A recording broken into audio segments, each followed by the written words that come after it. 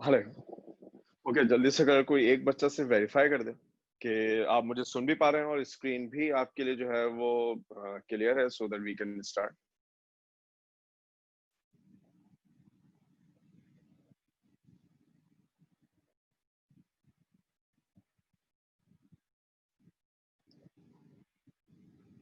Hello.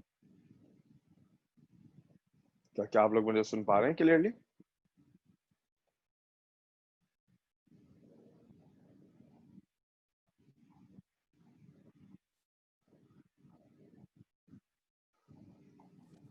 जी रावी एजाज।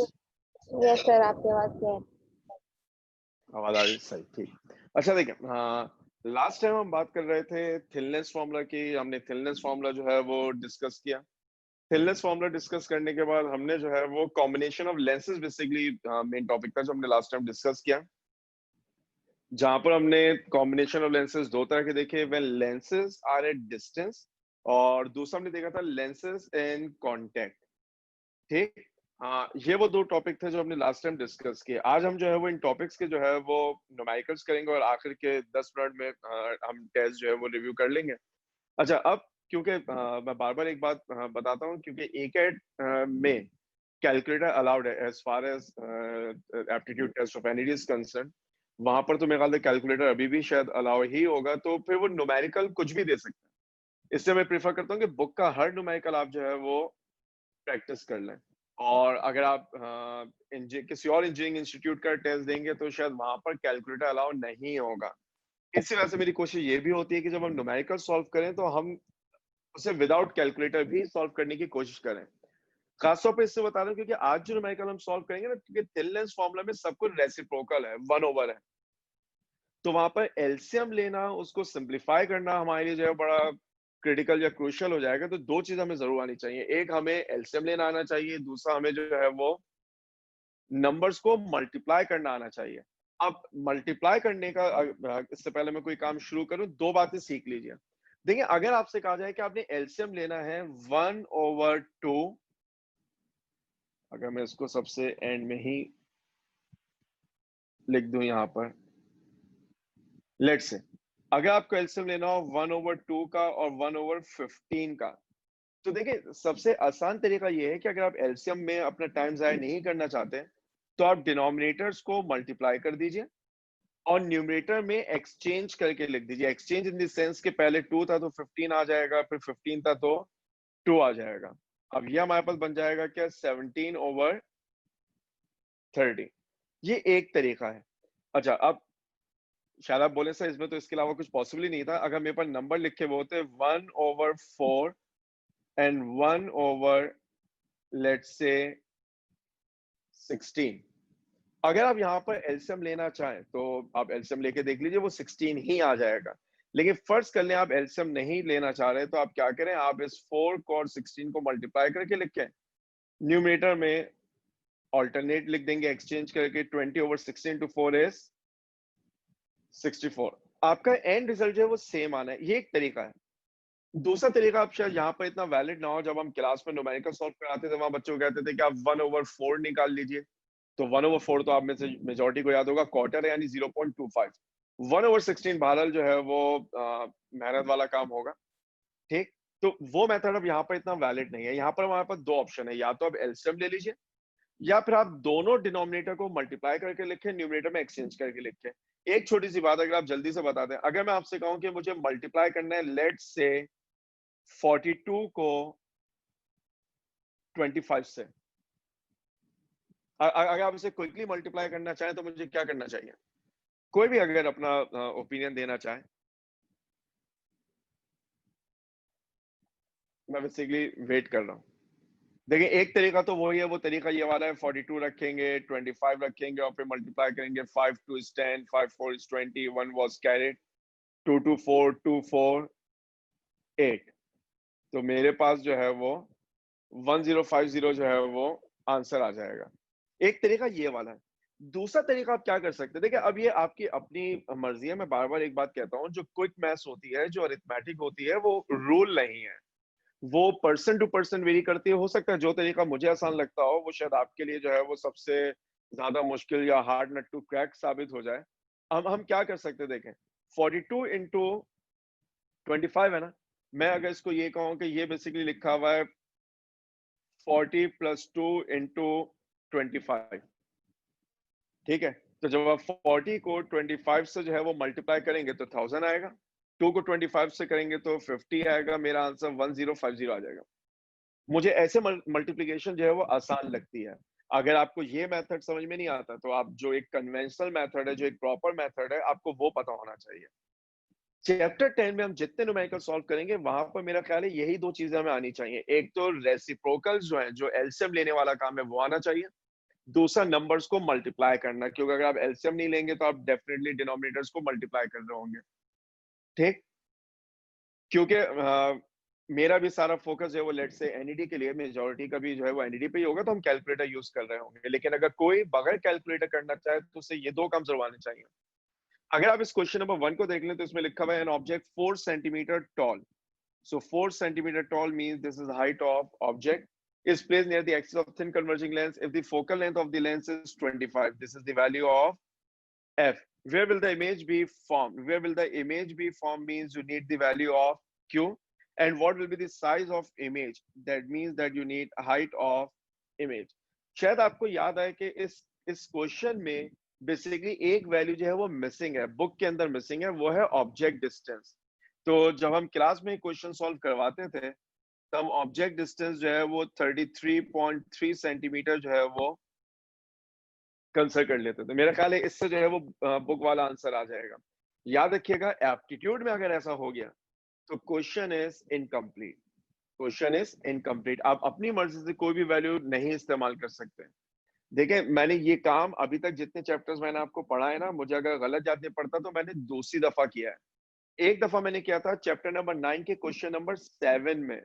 वहां पर diameter of Newton ring लिखा हुआ था, शायद आपको याद है बुक की प्रॉब्लम 7 में मैंने कहा था कि अगर आपको किताब का जवाब चाहिए तो आप उस डायमीटर को डायमीटर ना माने, रेडियस मान लें, आपका किताब वाला आंसर आ जाएगा।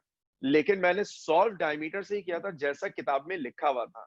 हम सवाल को जहां जैसे की बुनियाद पे सॉल्व करते हैं, अपनी मर्जी से चेंज नहीं करते हैं।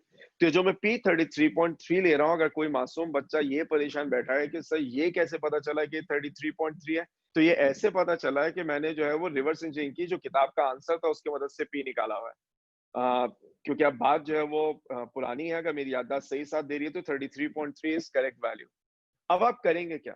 देखिए सबसे पहले आप लगाएंगे thin lens formula 1/f equal 1/p plus 1/q। Sign conventions का हमें ख्याल रखना है, ठीक है। जहां जहां पर मुझे लगेगा माइनस साइन लगानी है, मैं क्वेश्चन में ही माइनस साइन ऐड कर दूंगा ताकि हम गलती ना करें। फोकल लेंथ आपको गिवन है कितनी? 25। ये क्यू लेफ्ट पे आके क्या हो जाएगा? सबट्रैक्ट, तो ये क्या बनेगा? 33.3। और राइट पे आपके पास सिर्फ क्या लिखा हुआ होगा? 1/p। तो मेरे पास 1/p इक्वल, देखें अब ये पहले क्वेश्चन में ये चीज आ गई। आपको यहाँ पर क्या लेना पड़ेगा? एलसीएम लेना पड़ेगा। अब आपकी मर्जी है, या तो आप 25 और 33.3 का एलसीएम ले लीजिए, या फिर जो दूसरा तरीका मैंने आपको बताया कि आप डिनोमिनेटर को एज इट इज लिख दें 25 इंटू, मैं 33.3 के बजाय 33 ही लिख देता हूँ। न्यूमरेटर में मैं एक्सचेंज करके लिखूंगा, तो क्या लिखूंगा? 33 माइनस 25। अब 33 माइनस 25 क्या बन जाएगा? 8। ये 1/p है। अगर आपको 25 को 33 से मल्टीप्लाई करना है, जी अब्दुल मुइज, मुइज अपने आप को जो है वो अपने एंड से जो है वो अनम्यूट कर लीजिए, मैंने आपको अनम्यूट किया हुआ है।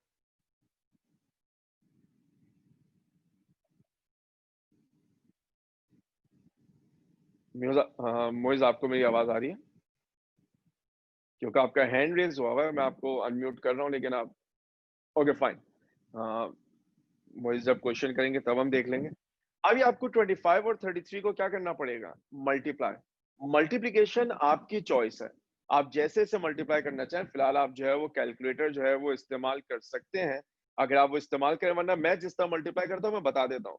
मैं इसे करूंगा 25 इंटू 30 प्लस 3, ठीक है। अगर मैं 25 इंटू 30 प्लस 3 कर दूं तो 25 इंटू 3 मेरे पास क्या बनना चाहिए? 75। तो ये बन जाएगा 750। और अगर आप 3 से मल्टीप्लाई इसको कर देंगे तो ये आपके पास कितना बन जाएगा? 75।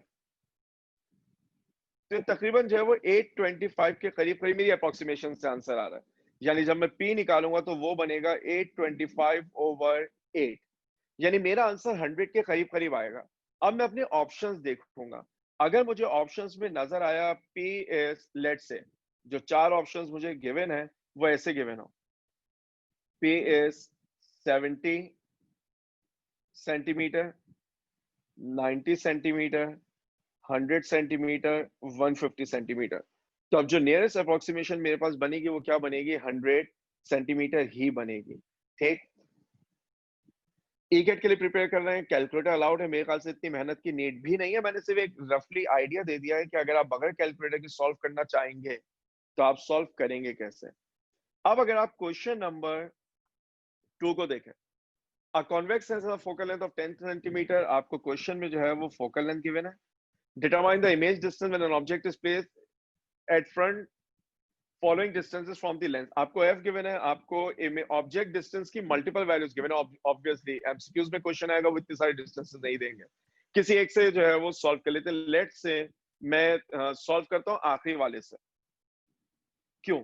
जब आप लिखेंगे 1/f equal 1/p plus 1/q, तो focal length is 10, object distance is 5, 1/q, so 1/q equal 1/10 minus 1/5। यहाँ पर एलसीएम 10 आ जाएगा तो ये सीधा सीधा 1 माइनस 2 बनेगा। तो मेरे पास 1/q इज माइनस 1/10। जी अब्दुल मोइस सर, आपकी जो कैमरा वाली वीडियो वो सही आ रही है, लेकिन जो स्क्रीन वाली वीडियो है वो बहुत रुक रुक के आ रही है। मतलब कि अभी शो ही नहीं हुई, जो आपने लिखा है ना वो अभी जी तक जी जी, शो नहीं हुआ। अच्छा अभी तक शो नहीं हुआ है। ठीक है, जी आप में से कितने बच्चे ऐसे हैं जिनको स्क्रीन जो मैं लिख रहा हूँ वो नजर आ रहा है? सिर्फ अपने हैंड रेज करने ताकि थोड़ा सा आइडिया हो जाए मुझे।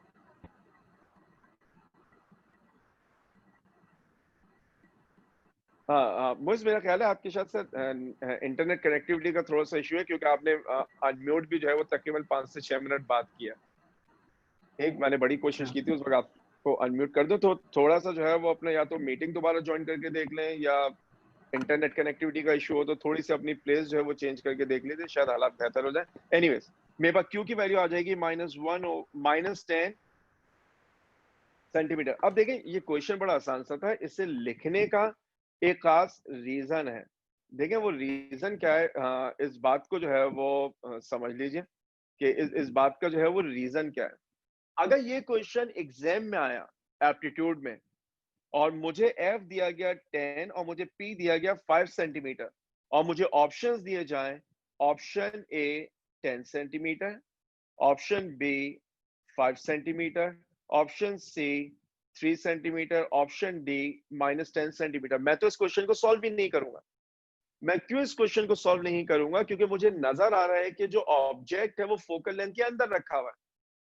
जब ऑब्जेक्ट फोकल लेंथ के अंदर होता है तो बनने वाला इमेज डेफिनेटली वर्चुअल इमेज बनेगा, और वर्चुअल इमेज का डिस्टेंस नेगेटिव होना चाहिए। तो मैं आंखें बंद करके -10 को ही क्या कर दूंगा, मार्क कर दूंगा।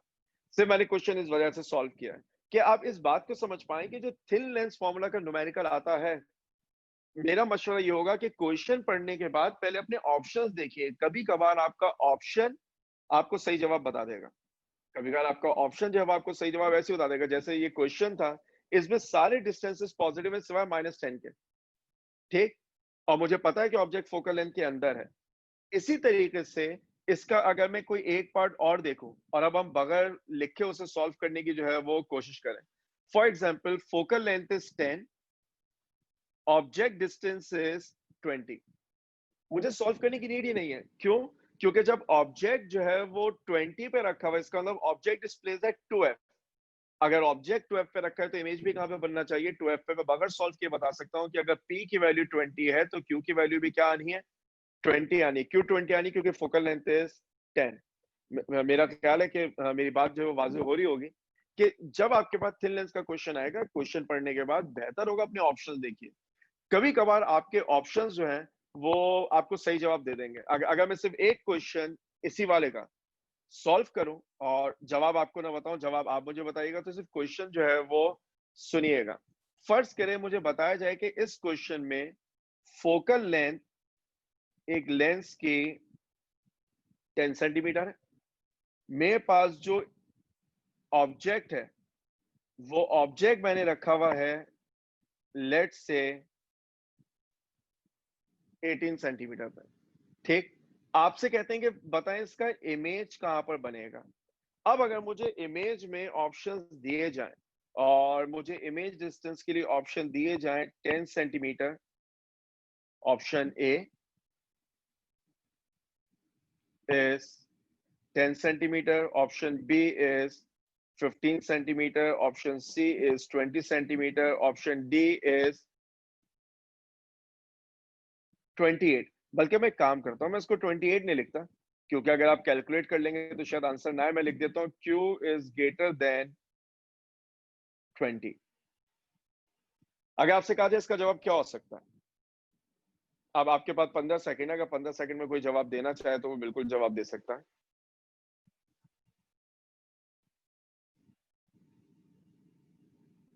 जी,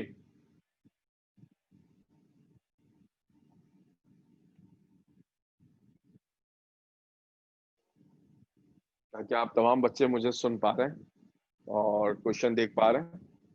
अगर थोड़ी सी इंटरनेट कनेक्टिविटी का इशू है तो मैं एक काम ये कर देता हूँ कि मैं वीडियो अपनी ऑफ कर देता हूँ, ताकि जिनके पास डेटा का इशू है वो शायद किसी हद तक रिजॉल्व हो जाए। जी, अगर अगर इस क्वेश्चन में आपसे कहा जाए कि क्यू का आंसर क्या हो सकता है। जी Abdul moist.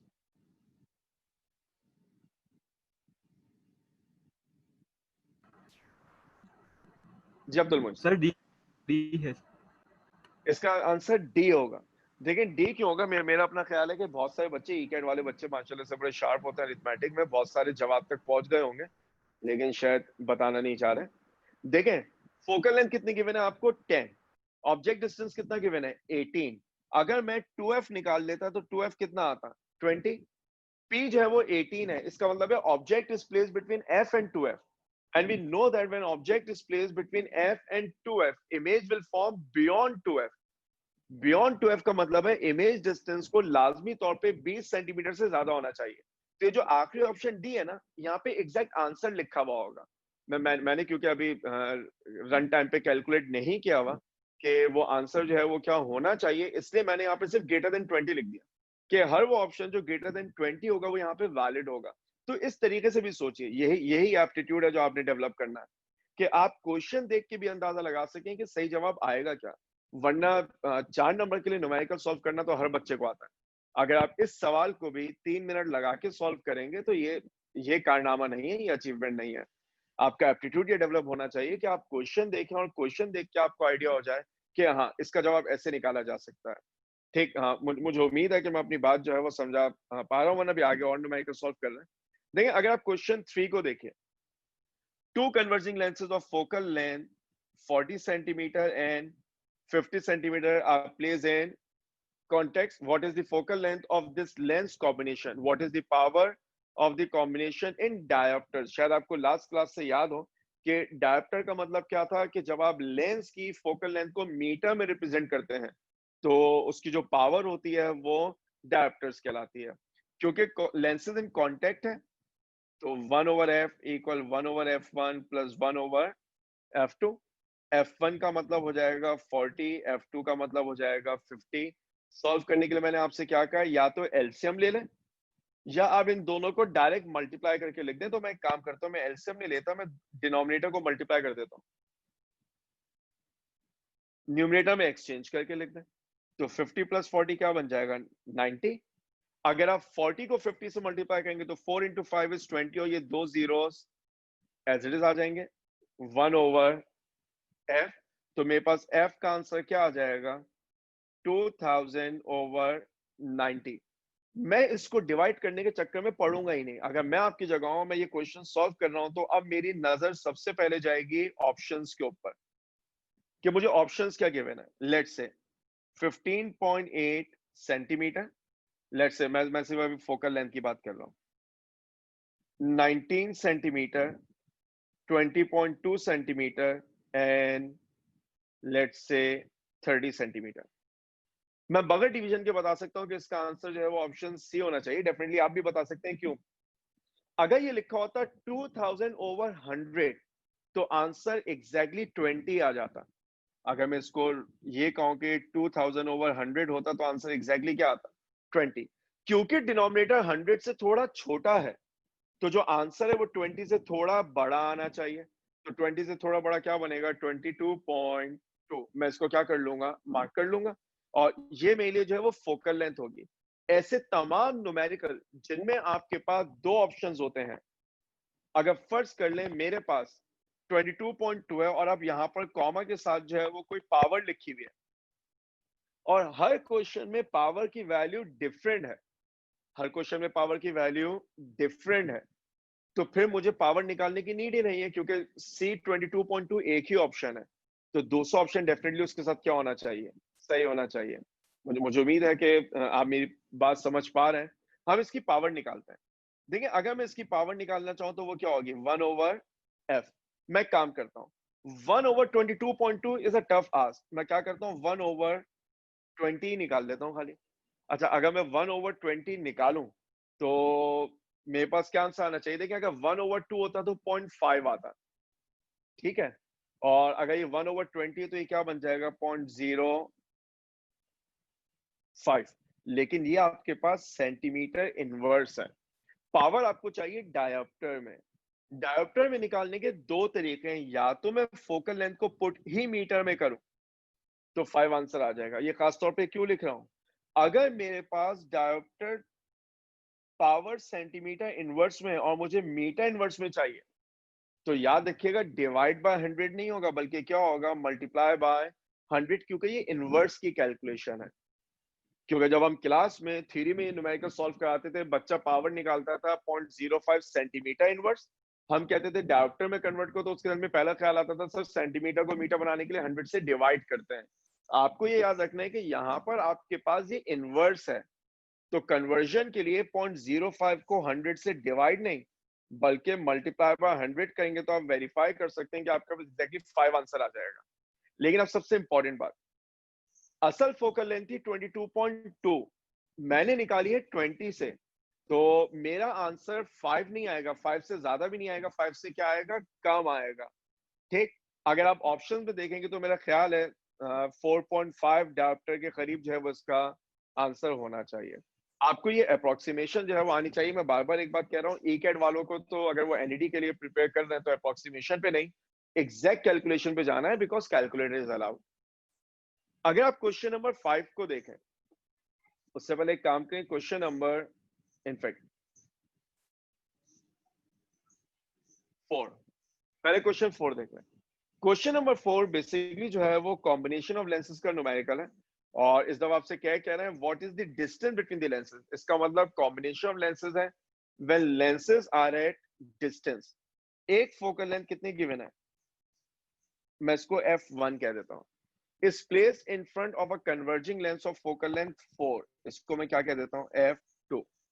What is the distance between the lens if parallel rays entering the first lens leave the second lens as parallel? सिर्फ इस जुमले का कोई मुझे मतलब बता सकता है कि parallel rays entering the first lens leaving the second lens as parallel, इस जुमले का मतलब क्या है? जी,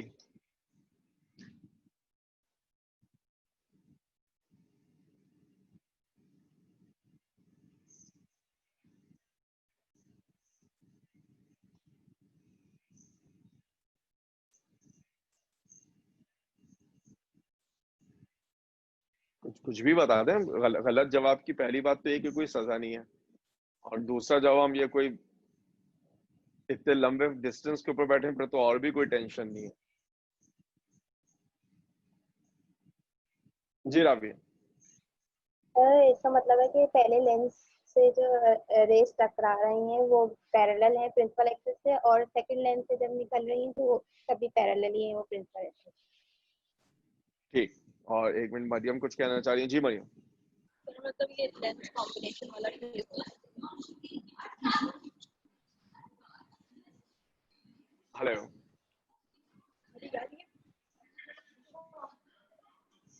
जी मरियम। लेंस कॉम्बिनेशन वाला केस सही। अच्छा चले, अब मैं जो हूँ वो हाँ, जल्दी से इस बात की वजाहत कर दूं। वैसे जो आइडियाज आए वो काफी हद तक जो है वो सही भी थे। जब आपसे कहते हैं parallel rays entering the first lens, तो parallel rays entering the first lens का मतलब है ऑब्जेक्ट इज एट इंफिनिटी, और दूसरे से रेज पैरेलल निकलेंगे, इसका मतलब है image is forming at infinity. तो अब इस उसूल को याद कर ले। मैं अगर एक रफ स्केच यहाँ पर जल्दी से आपको समझाने के लिए बता भी दूं कि अगर मेरे पास एक लेंस ये है, दूसरा लेंस ये है, और क्वेश्चन में आपसे कहा जा रहा है कि रेज जो है वो पहले लेंस के पास पैरेलल आई थी,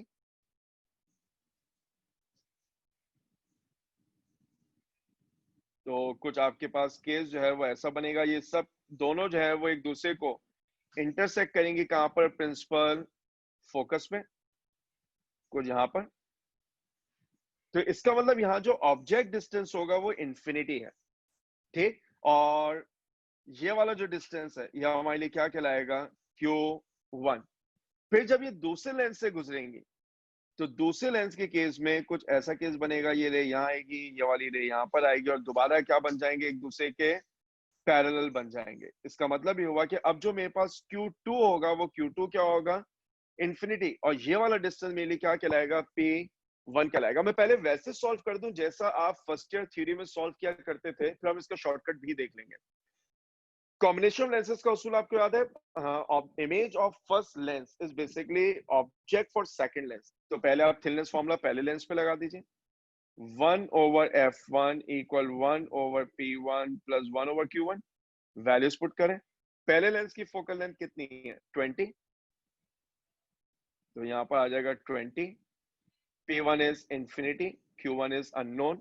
आपको याद होगा 1/इंफिनिटी आपके पास कितना होता है, 0। तो मेरे पास Q1 की वैल्यू क्या आ जाएगी, 20 सेंटीमीटर। आपने जब ये काम कर लिया पहले लेंस के लिए, तो अब जरा बात कर लेते हैं किसकी, सेकंड लेंस की। तो सेकंड लेंस के लिए आप क्या करेंगे, सेकंड लेंस के लिए फॉर्मूला जो है वो यही रहेगा, 1/f2 equal 1/p2 plus 1/q2। Values put करेंगे तो 1/4, गालिबन दूसरे लेंस की फोकल लेंथ बिल्कुल 4 है। P2 is something which is unknown, ये basically P2 था, and Q2 is infinity. Once again 1/infinity is 0। अगर मैं जो हूँ यहाँ पे वैल्यू निकाल लूं तो मैं कह सकता हूँ P2 इक्वल 4 सेंटीमीटर। क्वेश्चन में आपसे कह रहे थे कि find the distance between the lenses. याद है डिस्टेंस बिटवीन द लेंसेज का मतलब होता था L, जिसका मतलब होता है Q1 plus P2। L1 plus L का मतलब क्या होता था हमारे पास, Q1 plus P2 which is 20 plus 4 is equal to 24 centimetre. देखिए न्यूमेरिकल मैंने वैसे सॉल्व कर दिया जैसा फर्स्ट ईयर में सॉल्व करते थे। अगर ये क्वेश्चन आपके एप्टीट्यूड टेस्ट में आ गया तो आप तो समझा आपका तो जैकपॉट लग गया, ना कोई मेहनत करनी पड़ेगी, ना कोई एफर्ट लगानी पड़ेगी, रिजल्ट आपके पास आ जाएगा। क्यों? वैसे अगर आप में से कोई बताना चाहे कि अगर मैं इसको बगैर पेन उठाए, बगैर कुछ लिखे इसका आंसर निकालता तो क्या करता?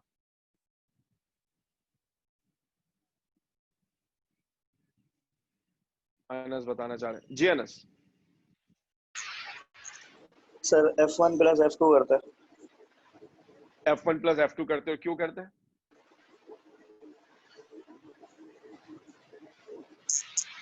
जी अनस, ये F1 प्लस F2 आपने जवाब 24 देख के बताया एनालिसिस या में कोई? यही आ रहा है ना, जैसे ये जो डायग्राम बनाई है उसमें तो इमेज डिस्टेंस बिल्कुल जो Q1 अब है वो सही है, फोकल लेंथ। बिल्कुल सही। अब ठीक है, तो देखिए अनस जो है ना बिल्कुल सही नहीं जो सर, है इसका वो एनालिसिस करेंगे ना, जैसे जब रे डायग्राम बनाएंगे तो वो Q1 भी फोकल लेंथ पे बनेगी और बिल्कुल P2 भी फोकल लेंथ से ही आएगा। बिल्कुल सही कह रहे हैं। मैं यही कह रहा हूँ कि अनस जो है वो बिल्कुल सही इस नतीजे पे पहुंचे। देखिए अब समझिए, पहली बात, एस्ट्रोनॉमिकल टेलीस्कोप हमने पढ़ा नहीं, लेकिन ये एस्ट्रोनॉमिकल टेलीस्कोप वाला केस है, focus for infinity, when object is placed at infinity, image is at infinity. और लेंथ ऑफ टेलीस्कोप कैसे निकालते थे, F1 प्लस F2। ठीक है, तो मुझे तो कोई मेहनत ही नहीं करनी थी। जब मैंने देखा कि रेस पैरेलल आ रही है, पैरेलली बाहर जा रही है, तो इसका मतलब है मुझे सिंपली F1 प्लस F2 कर देना चाहिए, नंबर 1।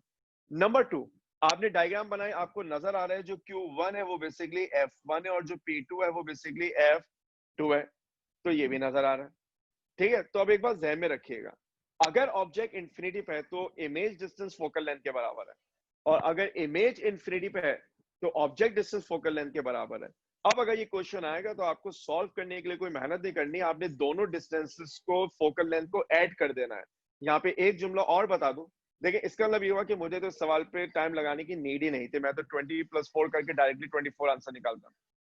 अगर ये दो लेंसेज कॉन्वेक्स ना होते, एक कॉन्वेक्स होता एक कॉन्केव होता, तो याद है कॉन्केव की फोकल लेंथ नेगेटिव होती है, फॉर्मूला वही रहता है f1 + f2, सिर्फ आपको एक फोकल लेंथ माइनस पुट करनी होती है, यानी अब ये फोकल लेंथ ऐड नहीं होती, ये फोकल लेंथ सब्ट्रैक्ट हो जाती। फॉर एग्जांपल अब अगर आप प्रॉब्लम 5 को देखें, मैं सॉल्व नहीं करूंगा, आप डायरेक्टली देख के बता सकते हैं कि इसका आंसर 37.5 आएगा, और अगर किसी के सामने बुक मौजूद है तो आप आंसर वेरीफाई कर सकते हैं। अनफॉर्चुनेटली मैं बार बार बताता रहता हूँ कि मेरे पास बुक नहीं है। अगर आपके सामने बुक मौजूद है, आप इसका आंसर देख लीजिए, 37.5 होगा। क्यों? क्योंकि पैरेलल रेस आ रही है कॉन्केव लेंस के पास, and then made parallel by convex lens. इसका मतलब है कि एंटर भी पैरेलल होंगे, लीव भी पैरेलल करेंगी, डिस्टेंस बिटवीन द लेंसेज अगर मुझे चाहिए तो मुझे फोकल लेंथ को सिर्फ ऐड कर देना। 37.5 अब बगैर किसी मेहनत के, बगैर सॉल्व किए हुए आप लिख सकते हैं। ठीक, मेरा ख्याल है कि बात जो है वो वाज़ेह हो रही है कि हम इन न्यूमेरिकल को सॉल्व कैसे करें।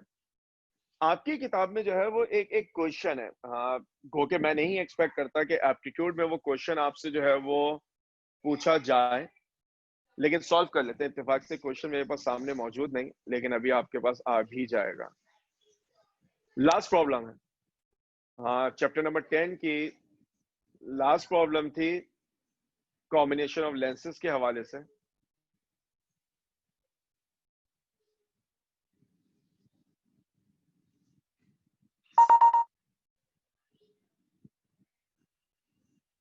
चले, अब मैं जो हूँ वो इस क्वेश्चन की बात कर रहा हूँ, तो अगर मैं इस क्वेश्चन को भी जो है वो यहीं पे अटैच कर दूं,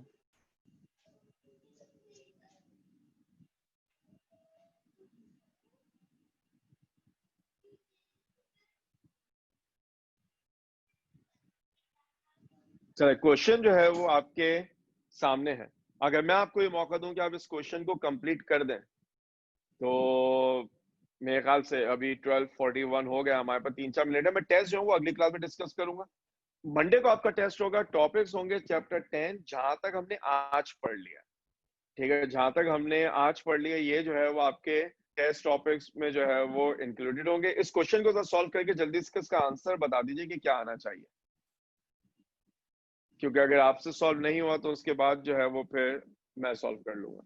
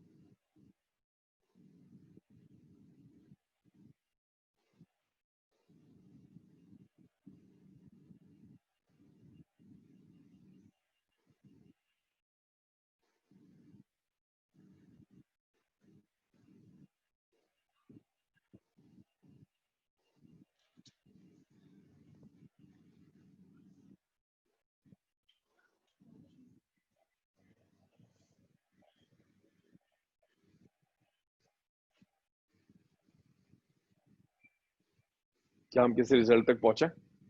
क्योंकि क्लास खत्म होने में 1 मिनट रह गया, मैं जल्दी से इस क्वेश्चन की हिंट दे दूं।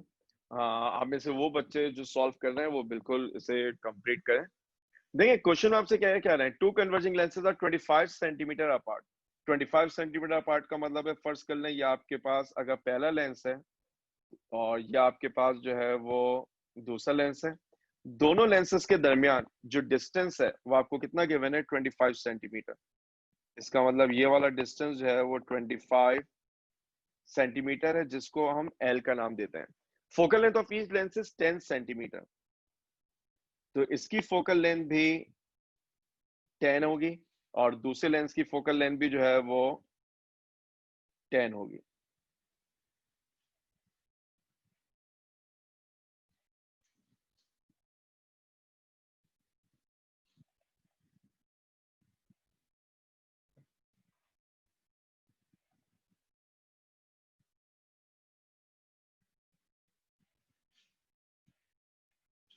अच्छा, इसके बाद an object is placed in front of one lens at 50 centimetre. तो आपको गिवन क्या है, P1 is 50 centimetre, focal length is 10 centimetre.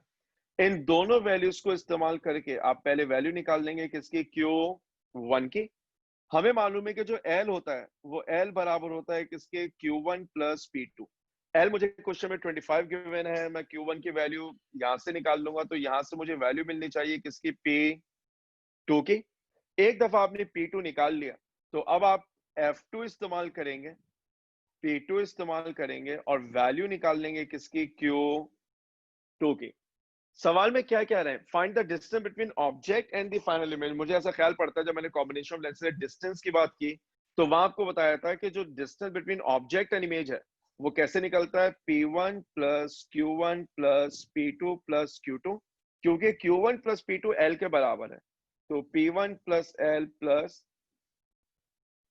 Q2। Values put कर दें, आपको जब आंसर मिल जाएगा। अब यहाँ पर एक छोटी सी जो है वो आपको हिंट दूं। फर्ज कर ले किसी ने वैसे P1 अगर कैलकुलेट किया हो तो मुझे वैल्यू बता दें। जैसे हमने P1 कैलकुलेट किया, मेरे हाँ, इनफैक्ट Q1, क्या आपके पास Q1 जो है वो 25 के करीब करीब आ रहा है, इनफैक्ट 12.5 आएगा। जी अब्दुल मोइस, 25.2। कितना? 25।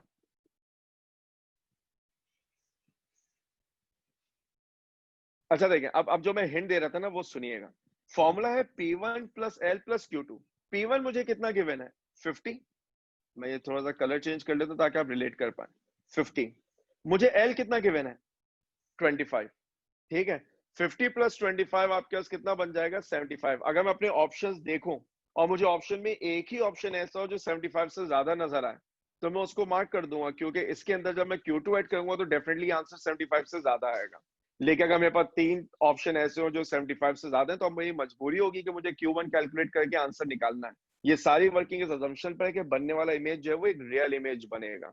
न्यूमेरिकल कंप्लीट जरूर करिएगा। अगली क्लास में एक तो मुझे रिमाइंड करा दीजिएगा, टेस्ट रिव्यू कर लेंगे, और 3-4 न्यूमेरिकल और हैं जो मैं लेंसेज के हवाले से कराना चाहता हूँ। उसके बाद हमें सिर्फ कुछ ऑप्टिकल इंस्ट्रूमेंट देखने होंगे और चैप्टर नंबर 10 फिर आपके लिए कंप्लीट हो जाएगा।